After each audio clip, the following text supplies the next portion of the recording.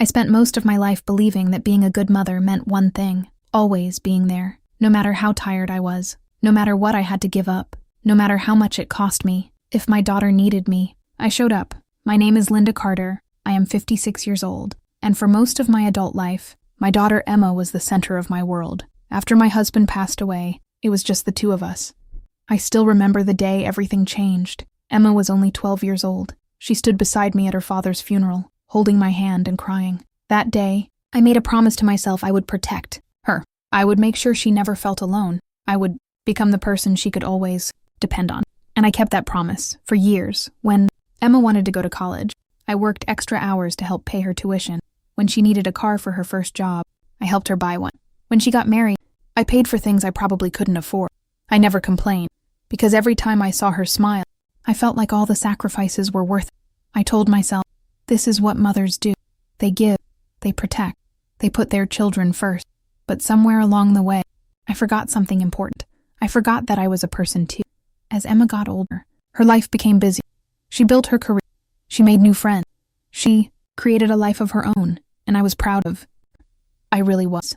I never wanted to be the mother who controlled her daughter. I wanted her to be independent, happy, successful. So when she started calling less often, I made excuses for her. She's just, when she has more time, when life slows, we'll spend more time.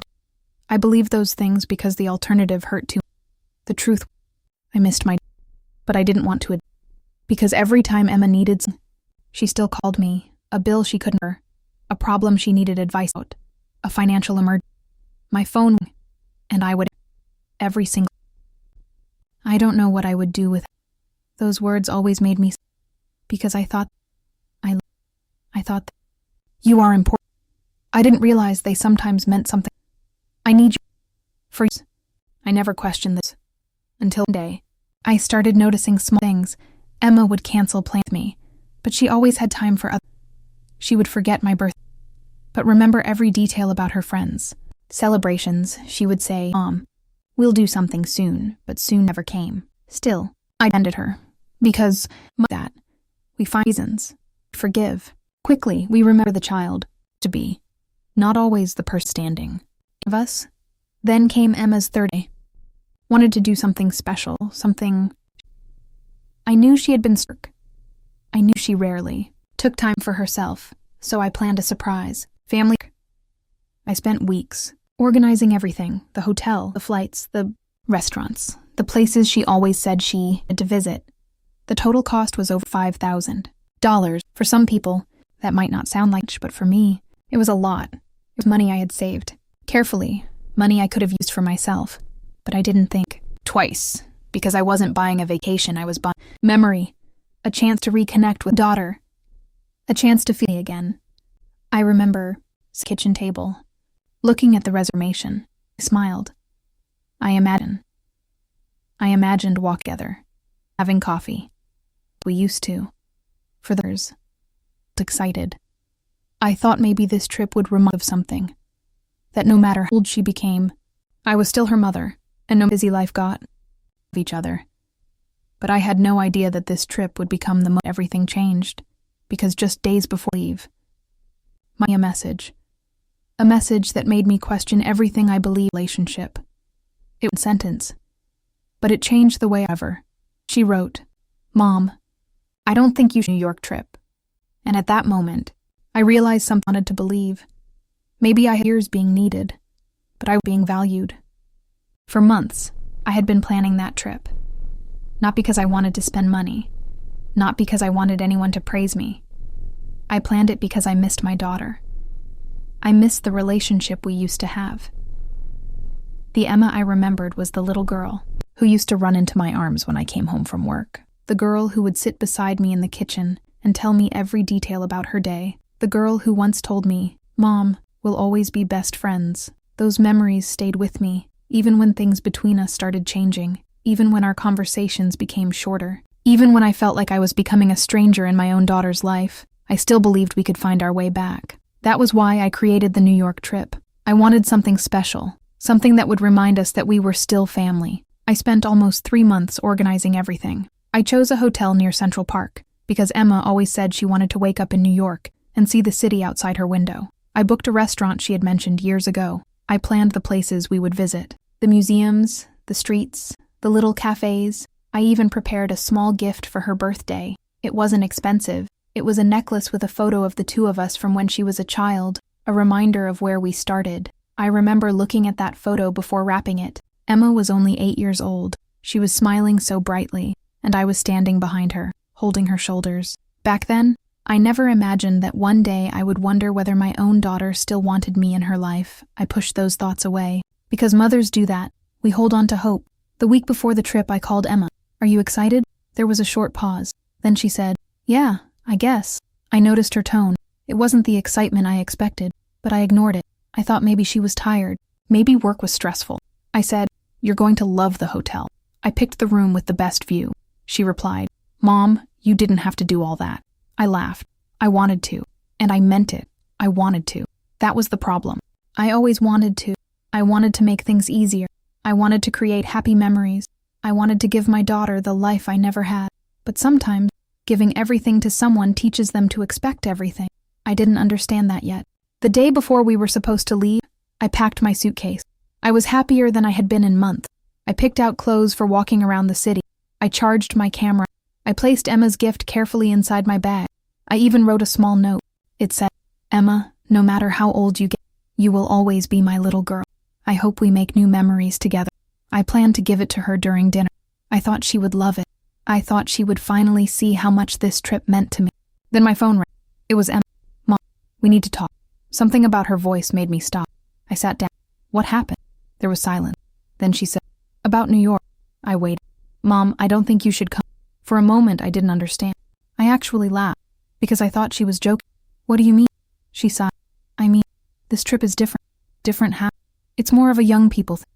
I looked around my house, at the suitcase I had packed, at the gift sitting on the table, at all the plans I had made. "Emma, I paid for this trip." "I know."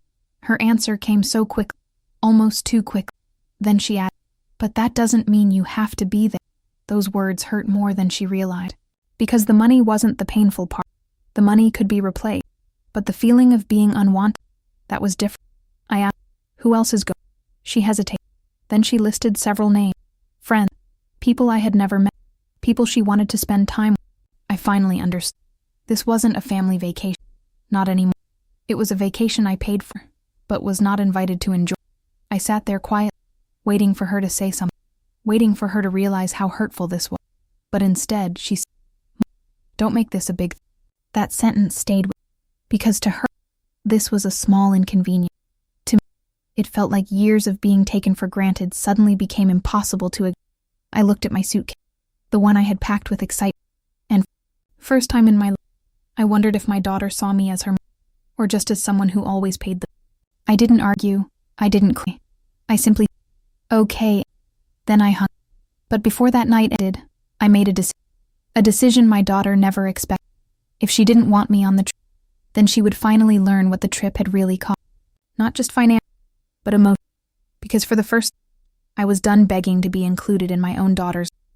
I spent that night staring at my suitcase, the same suitcase I had packed with excitement, the same suitcase I had prepared, because I believed. I was about to make new memories with my daughter, but now it was sitting in the corner of my bedroom, a reminder of something I didn't want to. Except, my daughter did not want me there. At first, I tried to convince myself it wasn't a big deal. Maybe Emma was just being thoughtless. Maybe she didn't realize how hurtful her words were. Maybe she was embarrassed because her friends were going, kept finding excuses for her. Because that is what mothers do. We protect our children, even from the truth about them. The next morning, I woke up hoping Emma would call. I thought maybe she would apologize. Maybe she would say, "Mom, I'm sorry. I didn't mean it that way." But my phone stayed silent. No message, no call, nothing. Instead, I received an email. The subject was, "New York trip detail." For a moment, my heart lifted. I thought maybe she was sending the final schedule. Maybe she wanted to talk. Maybe everything would be okay. But when I opened it, I realized I was wrong. The email contained the updated travel information. New hotel, arrangements, new dinner reservation, new plans. My name was not as a guest, not as a participant, not even as someone who was thanked for making it possible. I read it again, and finally, I ended. Emma had already moved on. She had already replaced me in a trip. I sat quietly at my kitchen table, the same table where I had helped her with work, the same table where she used to tell me about her dreams. When did my daughter stop seeing me as her mother and start seeing me as a responsibility? That question stayed with me. Later that afternoon, Emma called. I answered because despite I was still her mother. Mom? I just wanted to make sure. I almost laughed because it was the first time she asked. I'm fine. There was. Then she. I hope you understand why better. Better, Emma. Mom, you're making because it. How could. This wasn't about action. It was about fears. I had supported her. I had been there during every difficult moment. I had stayed up all night when she was sick. I had held her hand when she was broken. I had sacrificed things I wanted because she needed things, and now, when I wanted a simple thing, to spend my daughter, I was told I would make comfortable. Her, Emma, do you understand me? She said, Mom. But there were words. But she didn't feel them. Because love is not just A. It is Joe. If I hadn't paid for the trip, the silence that followed, sir. That silence. The first time, I stopped making excuses. I stopped pretending everything was normal. I started looking at my relationship with Emma honestly, and the truth was painful. I had spent years proving my love through what I could, provide the bills I paid, the problem solved, the sacrifices I made along the way. Emma stopped seeing us as gifts. She started seeing us. That night, I opened my banking app. I looked at all the automatic connected to Emma, the monthly support, subscriptions, the expenses I had quietly covered for years. I stared at the screen for a long time. First instinct was fear.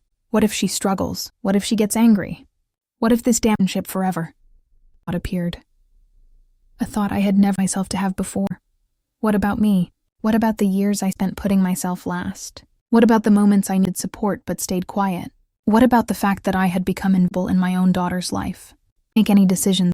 Not yet. But the thing inside me had changed, because for the first time, I realized that loving my daughter did not self to disappear. The next morning, I was going to voice Emma never expected. I woke up the next morning with a strange feeling. For years, I had started my days thinking about Emma. What did she need? How could I help her? What problem could I solve? But that morning, I asked myself a different question. What do I need? And honestly, I didn't know how to answer, because somewhere along the way, I had forgotten how to think about myself. After my husband passed away, my entire world became my daughter. I told myself that was love, and maybe it was. But I had confused love with sacrifice. I believed being a good mother meant always saying yes. Yes to helping, yes to paying, yes to fixing, yes to putting my own needs aside. But I never realized that too many yeses could teach someone that your love had no limits, that your kindness had no value because it was always available. I sat at the kitchen table with coffee and opened my laptop. The first thing I did was cancel the New York reservations, the hotel, the restaurants, the transportation, everything.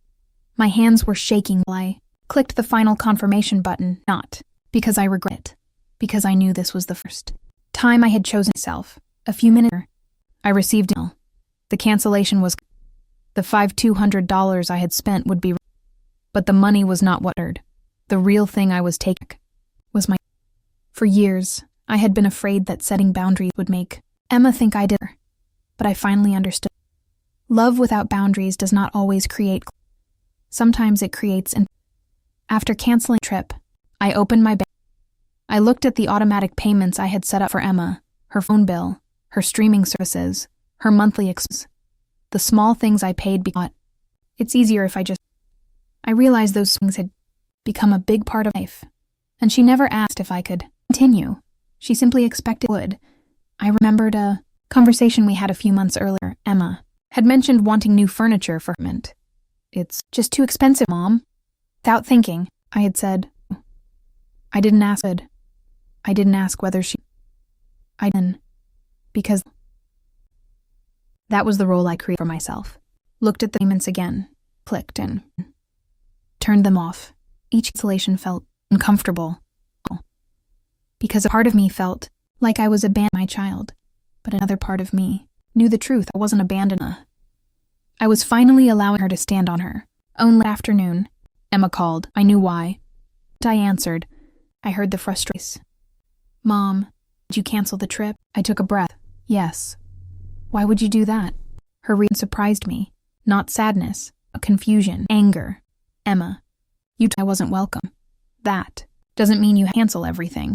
I sat quietly, because that sentence told everything there. But still wanted what I provided. I asked, Emma wasn't paying for it. Would you care that I canceled? She didn't answer. Again, that silence, that painful silence, finally said, I need something. Love you. But I can't keep proving my love thing. Offensive. Mom. I never do all that. I looked around my house, at all of sacrifices, at all the times I had without being asked, and I replied, no, you didn't ask, but you accepted. There was a long pause. Then Emma said, I can't bring this over one vacation. I closed my eyes, because she still didn't understand this was never one vacation. It was about years of feeling invisible, years of needed but not included, years of being appreciated, only when I could provide something. I calmly said, Emma, it's about the fact that I finally realized part of your life, not just your support system, for once to say.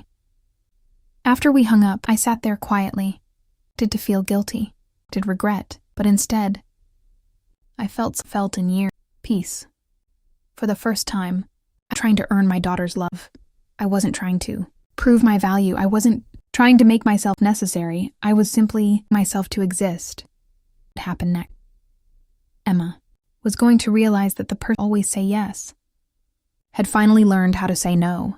I thought the hardest part would be making the decision. I was wrong. The hardest part was watching my daughter realize that the person she depended on was no longer going to fix everything for her. For years, Emma never had to worry about certain things. If she had a problem, I helped. If she was short on money, I covered it. If something went wrong, I found a solution. I never did those things because I wanted control. I did them because I loved her. But somewhere along the way, my love became something she relied on instead of something she appreciated. A few days after I canceled the New York trip, things started changing. At first, Emma didn't believe I was serious. She thought I would eventually apologize. She thought I would feel guilty. She thought I would come back and fix everything like I always did. But this time, I didn't. The first call came on a Monday morning. Mom, did you really cancel my hotel reservation? I looked out the window. Yes. But why would you do that? I stayed calm. Because it was my reservation. There was silence. Then Emma said, You're really upset about what happened, aren't you? I closed my eyes because even then, she still thought my feelings were the problem. Not what happened, not what she said, not how she treated me, just my reaction. I answered, Emma, I'm not upset about a vacation. I'm hurt because my own daughter didn't want me there, but she still expected me to pay for it. She became quiet. Then she said, That's not fair. Those words surprised me, not because she said them, but because she truly believed them. I realized something in that moment. Emma wasn't trying to hurt me. She simply didn't understand why I was hurt, because she had spent so long receiving my help that she no longer saw it as a gift. She saw it as Later that week, another problem appeared. Emma's car needed repairs. Normally, she would call me, and normally I would immediately say, Don't, I'll take care of it. But this time, I waited. My phone. Mom, can you help me with something? I knew exactly what she meant. I asked, What happened? She explained the situation. Then came the sentence I had heard so many times. I really need you. Those words used to make me feel. But this, I heard them. I heard the expectation. I said, I believe you can handle this. There was silence. What? I said, I believe you can. Laughed. Not because it was me, because she couldn't believe I was saying, Mom? Yes, you're my mother. Deep breath. And being your mother doesn't mean I have to solve every problem. She became frustrated. You've never acted like before. And she hadn't. Because I had spent years teaching her that I would always rescue her. I had created a pattern, and now I was finally changing it. After that conversation, Emma stopped calling as often. At first, I thought, every mother knows the instinct to protect your child never, even when they did. But I remember Helping someone avoid every consequence does not always help them. Sometimes it prevents doing it. And for the first time, I let Emma experience own choices. Meanwhile, I started focusing on myself. I joined book club. I started takes. I reconnected with old friends I had ignored while taking care of Lee. I started discovering the woman I had been before I became only Emma's mother and something unexpected. Happier. Not because Emma was no longer in my life, but because my entire life no longer depended on whether she needed me. A few weeks later, I received another message from her. This time, it wasn't about money, it wasn't about a problem, it wasn't about asking for help. It simply said, talk.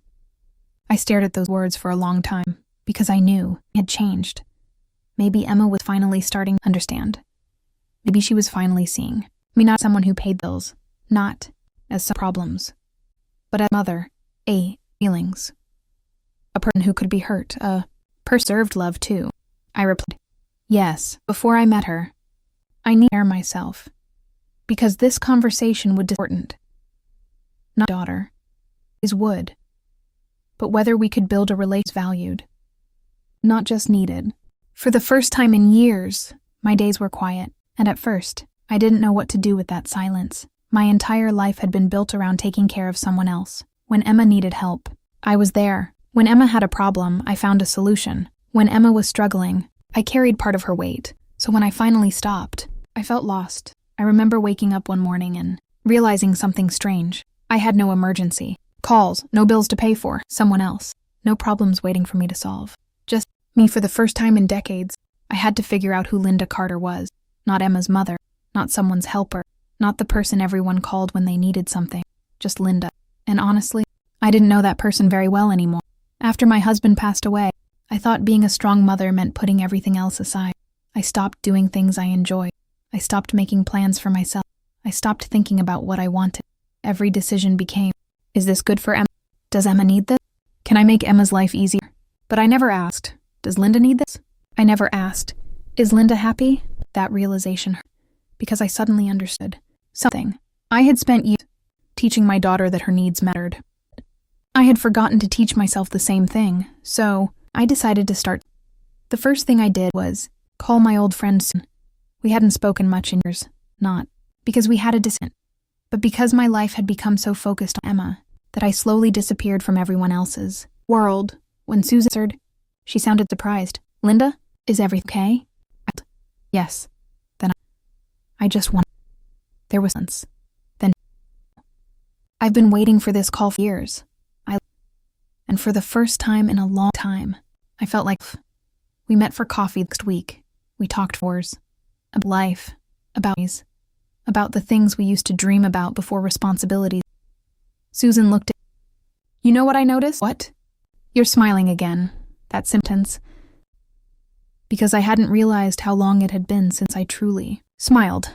Not a polite smile. Not a smile because I was making someone happy. The one. I also started taking walks every morning. At first, it was just to fill time. But slowly, it became something I looked forward to. I started noticing things I had ignored for years. The flowers in my neighborhood, the birds, the small coffee shop, house. The simple moments I had did. Reading again. I joined a local community group, even signed up for painting class, something I had always wanted to try time for. The first day, nervous. Everyone went. I sat in front of a blank canvas and had no paint. The instructor smiled and said, "Don't worry, making it perfect. Yours." Those words affected me more than knew, because that was exactly what I had been doing my entire life, trying to make everything perfect for everyone else. But I had never created just for me. Slowly, my life started changing, not dramatically, not overnight, little by little. And there it was. I started feeling less angry at Emma. I still felt hurt. That disappeared quickly, but I realized anger was keeping me connected to the pain, and I didn't want my daughter's mistake to control my happiness. One afternoon, I read a message from Emma. This time, it wasn't about money, it wasn't about a problem. It said, "Mom," about everything. An apology. I read the message several times. A part of me wanted immediately. The old me would have said, "It's okay, I understand. Worry." But the becoming paused. Because I finally understood something. Forgiveness not mean pretend happened. Love did not mean ignoring my own pain. I replied, I'm willing to talk. That was all. Not a rescue, not an excuse, a conversation. A few days later, Emma came to my house, and when I opened the door, I noticed something different. She wasn't angry. She wasn't demanding. She looked nervous, almost like the first time. Sat down across from me and said, Mom, I understand what I did. I looked at my daughter, time in a long time. I wondered if the girl I raised was finally starting to see the woman I had become. For years, I wondered if Emma would ever understand, not understand the money, not understand the vacation, but understand the pain behind it, because the hardest part was never losing. 5,200, the hardest part was realizing that my own daughter had forgotten the person behind all those sacrifices. That day, when Emma sat across from me, I could see something different in her eyes. She wasn't angry. She wasn't trying to defend herself. She looked ashamed. Mom, she said quietly, I've been thinking about everything. I didn't interrupt. Wanted her to speak, not because I needed an apology, but because I wanted to know if she finally understood. She looked down at her hand. Think I took you for granted. Those words were simple, but they meant more than anything. She had said in months, I stayed quiet because I didn't want to make it easier for her. The old me would have immediately comforted her. I would have, don't worry. It's okay. I know you didn't, but this, I allowed the silence to exist. Emma continued. When you canceled the trip, I thought you were trying to punish. She took a, but then I started thinking about why you, she looked, and I realized, what? You weren't angry because I didn't want you on the, you were hurt because I only wanted what you could. That sentence, because it was the, for so, I had hoped Emma would figure it out, and she finally, I'm sorry. Her voice, I'm sorry I made you feel like you were only important when you were. I looked away because hearing those words brought back years of emotions, the late nights, the sacrifices, the moments when needed support but stay silent. Emma, do you know what hurt me most? It wasn't pain. It was. I loved doing those things. What hurt was feeling like you wanted me, but not mine. Her eyes filled with tears, and for the she didn't argue. She didn't explain. She just listened. I thought you would always be there, she whispered. Nodded. I always will be. She looked but I need you to understand something. Being your mother means I will love you. It does not mean I stop. Listen. Emma, tears. I never thought that way. I know. And that was the painful part. It wasn't cruel. She wasn't trying to hurt me. She simply became comfortable with my sacrifices. She forgot that every sacrifice came from a real person. After conversation, Emma started asking different questions. Not, can you help me? But, how are you? At first it felt strange, familiar. She started calling just to talk. Not because she needed something. She asked a painting class. She wanted to see the from my walks. She even apologized for missing so. One said, Mom, I realized I know it for me, but I don't know what makes you happy. That sentence stayed with me because it was true. My daughter knew my sacrifices. She didn't know me. Really. So I started telling her, told her about my dreams, the place I wanted to visit, the I wanted to learn, the hobby I had given up, and for years. We were 2 adults, not a mother and a stuck in an old pattern, but 2 people each other. Of course, everything wasn't magically fixed. It takes time. A broken relationship does not heal after conversation. There were still moments when I felt hurt. Moments tried to return. This time, things were different because I had changed. No longer measured by how much I could give. And Emma was learning that love's not something she receive. Act. A few months later, Emma invited me to dinner. She chose a restaurant. She paid the bill. When my wallet, she said to me, Mom, I want to do this. I smiled. It was a small thing, but it meant everything.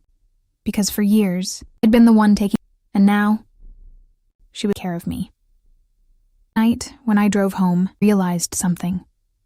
My daughter hadn't just learned, I had too. Sometimes people don't appreciate what they feel the absence of it, but sometimes, if they are willing to face the truth, they can become better, and maybe the relationship wasn't ending. Finally beginning again. For years, I thought the hardest conversations were the ones we avoided. I was wrong. The hardest conversations are the ones we finally have after carrying the pain for too long. Because once the truth is spoken, you can no longer pretend everything is fine. After Emma started trying to rebuild our relationship, things slowly changed. She called more often. She asked about my life. She stopped only reaching out when she needed something, but there was still something between us. Something unspoken. A distance created by years of disappointment. And I knew we couldn't truly move forward until we talked about it. Not just the New York trip, not just the money, but everything. One evening, Emma came over for dinner. After we finished eating, we sat at the kitchen table. The same table where I had watched her grow up. The same place where she used to do homework while I cooked. For a few minutes, neither of us spoke. Then Emma looked at me and said, "Mom, can I ask you something?" "Of course. Were you unhappy for a long time?" That question surprised me. I looked down because the honest answer was yes, but admitting it felt difficult. I wasn't unhappy because of you. I was unhappy because I forgot.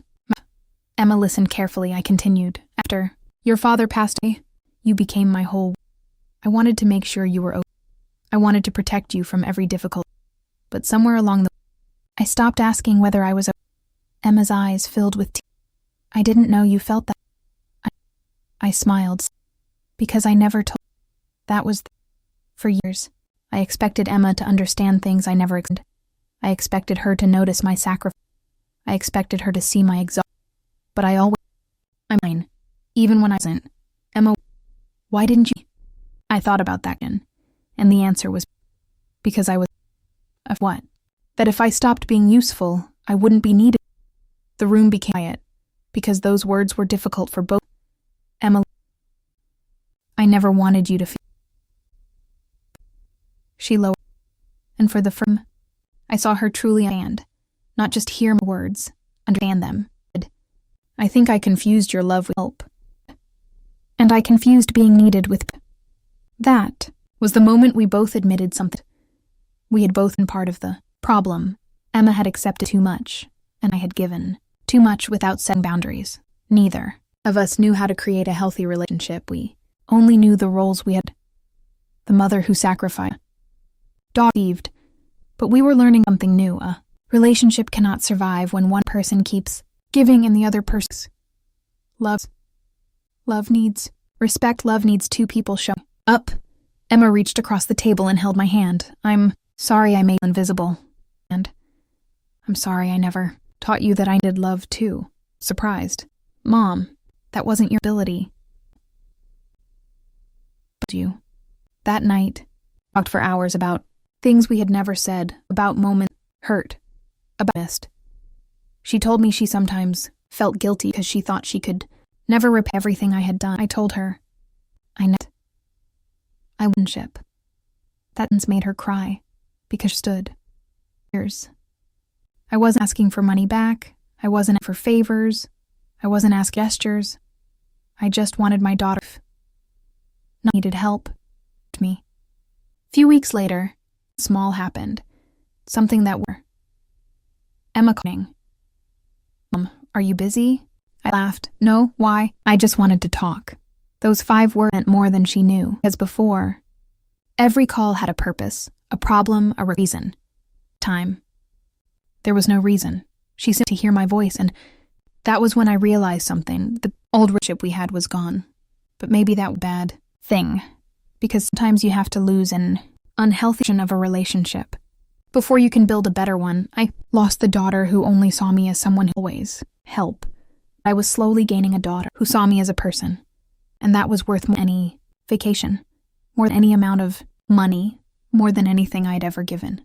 I used to think that repairing a relationship meant going back to the way things were. I thought if Emma and I could laugh together again, if she called me more often, if we spent holidays together, then everything would return to normal. But I eventually learned something important. Sometimes the old version of a relationship is the reason it broke. And if you want something better, you cannot simply rebuild the same thing. You have to create something new. After our conversation that night, Emma started changing, not with big promises, not with dramatic gestures, but with small actions. And sometimes, the smallest actions mean the most. She started calling me every weekend, not because she needed advice, not because she had a problem, just because she wanted to know how I was doing. At first, I didn't know how to react. I was so used to waiting for the moment when she would ask for something. But those moments never came. Instead, she asked questions. Mom, how was your painting class? Did you finish that book you were reading? Are you still going on your morning walk? Simple questions. But they showed me something I had been missing for years. She was finally interested in my life, not just what I could do for her. One afternoon, Emma came to my house carrying a small bag. What's that? I asked. She smiled. I brought lunch. I laughed. You cook? She rolled her eyes. Yes, Mom, I can cook. I smiled because I remembered all the years when I cooked for her, packed her lunches, prepared her favorite meals, took care of every little detail. And now, she was standing in my kitchen doing the same for me. It was a small moment, but it meant everything because love is not always shown through grand gestures. Sometimes it is shown through effort, through showing up, through remembering. Over the next few months, Emma continued to change. She started taking responsibility for her own life. She stopped asking me to solve problems she could solve herself. When her car needed repairs, she didn't. When she had financial stress, she created a. She no longer saw independence as losing my support. She started seeing it as becoming stronger, and I was her. Not because she no longer needed me, but because she was finally becoming the person I always believed she. At the same time, I had to stop rushing in every time I faced. That was harder than I expected, because a mother's instinct never did. Even when they make mistakes, you still want to. But I learned that protection and control aren't the same thing. Sometimes the greatest way to love someone is to trust that they can handle. One day, Emma asked me something. Mom, are you happy? Because that question would have been impossible for her to ask her. Yes. She realized. Really? I am. Even after everything? Thought about it. Because it changed. Emma looked confused. How? Because I stopped measuring my happiness by how much you needed me. Paused. I started finding happiness in who I am. She smiled. I'm glad. And I knew she meant it. That was the difference. Before, she wanted me to be happy because now, she wanted me to be happy. Later that year, Emma invited me to join her on a weekend trip. Not a luxury vacation. Not something expensive. Just a full trip together. And she said something that I expected. Mom, this time I want you to come. Are you there? I looked at her. Not because you paid. Not because you planned anything. Just my mom. Those words healed inside me. Because they were the exact words I had been waiting for. The New York trip had shown me the painful truth. But this moment is something else. People can heal. But only when both people are willing to face the truth. I still loved my daughter. Before I never stopped, but now I loved her in a healthier way, and she was learning how to be the same way. Not as a provider, not as a solution, not as who would always say yes, but as a person, a mother, a woman who deserved to be loved too. A year ago, I thought losing that New York trip was the worst thing that could happen to me. I thought my daughter rejecting me would be the moment that broke our relationship forever. But now, looking back, I realized that painful moment was also the moment that saved me, because sometimes life has a strange way of forcing us to face the things we have ignored for too long. For years, I believed being a good mother meant giving everything. Time, my money, my energy, my dreams. I thought love meant making sure my daughter never struggled, but I learned something important. Love is not about carrying someone forever. Love is about helping them become strong enough to stand on their own, and sometimes love also means remembering that you matter too.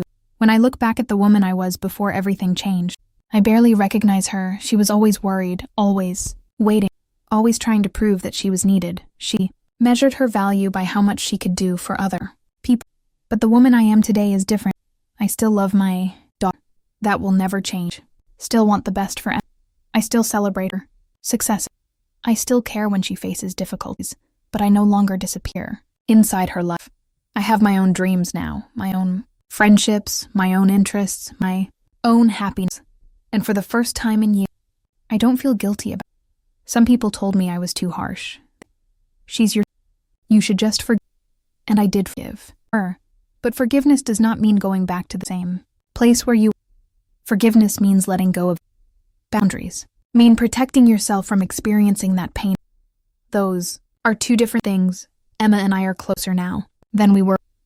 But our relationship is more. She no longer calls me only when she needs. And I no longer help because I'm afraid she'll leave. We choose each other. Now, that is the difference. A few months ago, Emma and I finally took a trip together, not the New York trip. Something much simpler, a small weekend getaway, no expensive hotels, no perfect plans, just the two of us spending together. While we were walking through a small town, Emma suddenly looked at me. Mom? Yes? I'm sorry it took me so to see you. Smiled. Breath. I always my mother. But I forgot you were also a person. Those words meant than she knew, because that was all I had ever wanted, not repayment, not expensive gifts, not a perfect apology. Just wanted to see me, the real me, not just the person who helped her, not just the person with problems, not just the person who always said yes, but Linda, her mother, a woman who had her own fears, her own dreams, story. That evening, we sat together and said, "Thing. The hardest lesson I ever learned, my daughter. I learned that a mother can lovely choose herself. Learned that saying no does not mean love someone less. Sometimes saying no is the only way to teach someone how to truly value her. Yes, the New York trip was supposed to be a gift for my daughter. Instead, it became the gift I gave myself, because that was the day I stopped looking to be included. That was the day I stopped trying to earn love. That was the day on worth. I'm still Emma's mother, always will be, but I am also Linda Carter, a woman who deserves respect, deserves happiness, a woman who finally learned that loving others should never require losing yourself.